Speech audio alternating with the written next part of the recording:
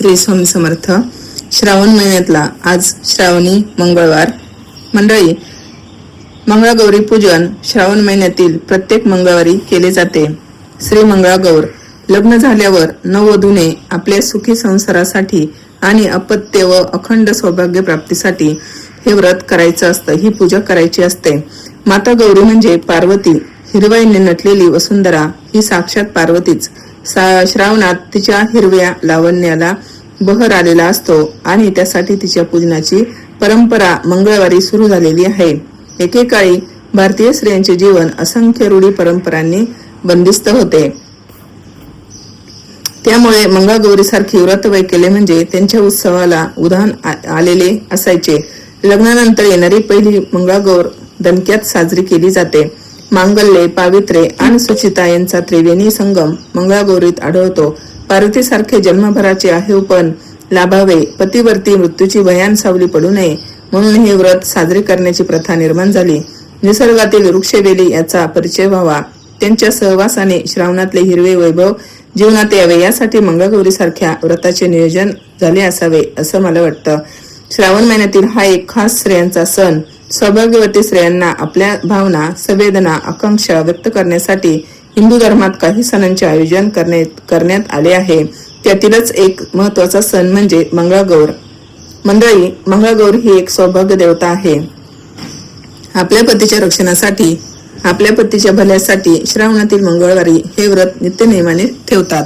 त्यापैकी पहिला व शेवटचा मंगळवार अधिक महत्वाचा मानला जातो। या वारी पूजा केली म्हणजे जन्माचे सार्थक झाले असा समज आहे। या पूजेसाठी लग्न होऊन 5 पेक्षा अधिक वर्ष झाली नाहीत अशाच सौभाग्यवतींना बोलवण्यात येते। यांना वपोरी व सोळी म्हणतात। मंगळागौरीच्या व्रतात शंकर, गणपती व गौरीची पूजा करतात। मंगळागौरीची पूजा म्हणजे उमा शंकराची पूजा। पती पत्नीमधील अत्यंतिक प्रेम व निष्ठेचा आदर्श म्हणून या दाम्पत्याकडे पाहिले जाते।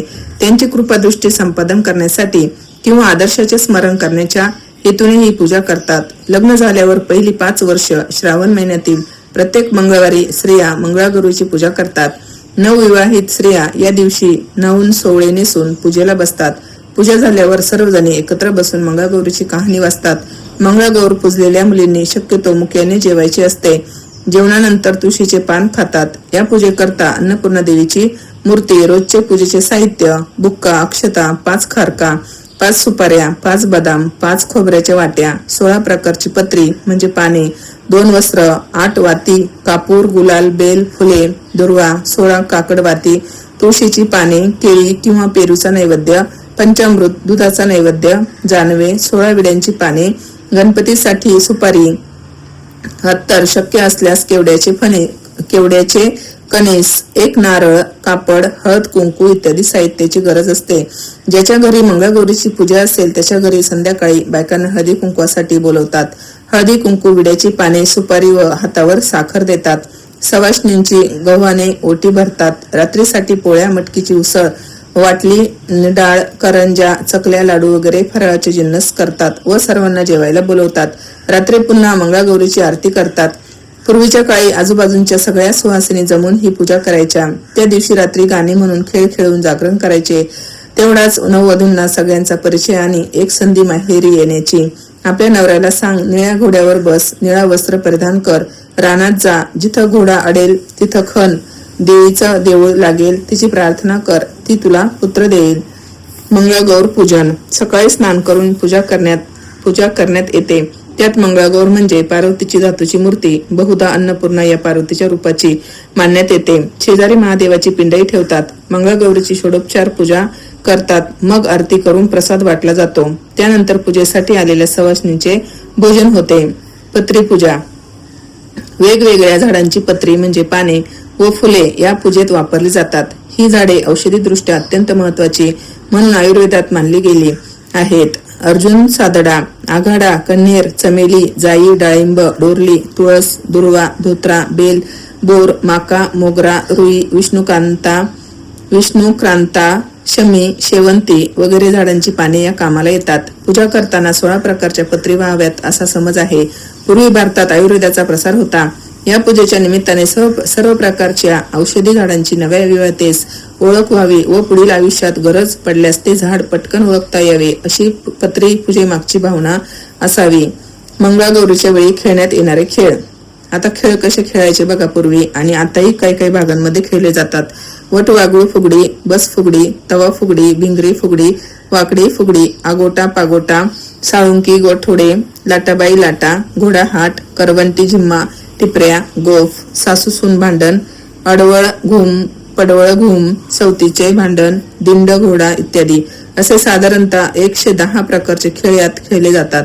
यात सुमारे 21 प्रकारच्या फुगड्या, 6 प्रकार आगोटा पागोट्याचे असतात. या सर्व खेळ प्रकारांमुळे शरीराच्या विविध अवयवांना व्यायाम होतो. हा खेळ खेळण्याचा मुख्य उपयोग सांगता येईल. पूर्वीच्या काळी केवळ घरातील कामे करणाऱ्या महिलांना या खेळातून आनंदही मिळे. हे खेळ खेळताना महिला त्या जोडीने गाणीही म्हणतात. आता आपण मंगळागौरीची कहाणी बघूया. आटपाट नगर होतं. तिथे एक वाणी होता. त्याला काही मुलगा नव्हता. त्याच्या घरी एक गोसावी येई. अलख म्हणून पुकार करी. वाण्याची बायको भिक्षा आणि निपुत्रिकाच्या हातची भिक्षा घेत नाही असे म्हणून तो चालता होई. ही गोष्ट तिनं नवऱ्याला सांगितली. त्यानं तिला युक्ती सांगितली. दारच्या आड लपून बस. अलख म्हणतात सुवर्णांची भिक्षा घाल. अशी भिक्षा जुळीत घातली. बोवाचा नेम मोडला. बाईवर फार रागवला. मूलबाळ होणार नाही असा शाप दिला. तिनं त्याचे पाय धरले. बोवांनी उपशाप दिला. बोवा म्हणाला, आपल्या नवऱ्याला सांग, निळ्या घोड्यावर बस, निळा वस्त्र परिधान कर, रानात जा, जिथं घोडा अडेल तिथं खण, देवीचं देऊळ लागेल तिची प्रार्थना कर, ती तुला पुत्र देईल असं बोलून बोवा चालता झाला. तिनं आपल्या पतीला सांगितलं. वाणी रानात गेला. घोडा अडला. तिनं तिथं खणलं. देवीचं देऊळ लागलं. सुवर्णाचं देऊळ आहे. हिरेजळिताचे खांब आहेत. मानकांचे कळस आहेत. आत देवीची मूर्ती आहे. मनोभावे पूजा केली. त्याला देवी प्रसन्न झाली. वर माग म्हणाली.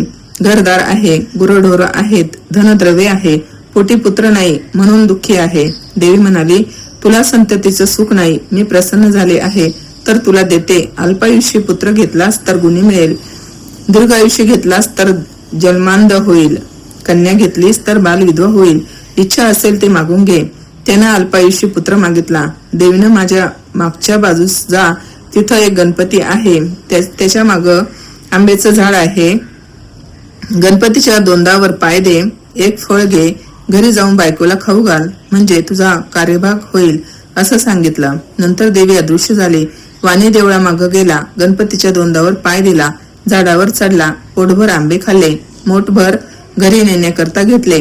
खाली उतरून पाहू लागला. तो आपल्या मोठेत आंबा एकच आहे असं 4-5 वेळा झालं.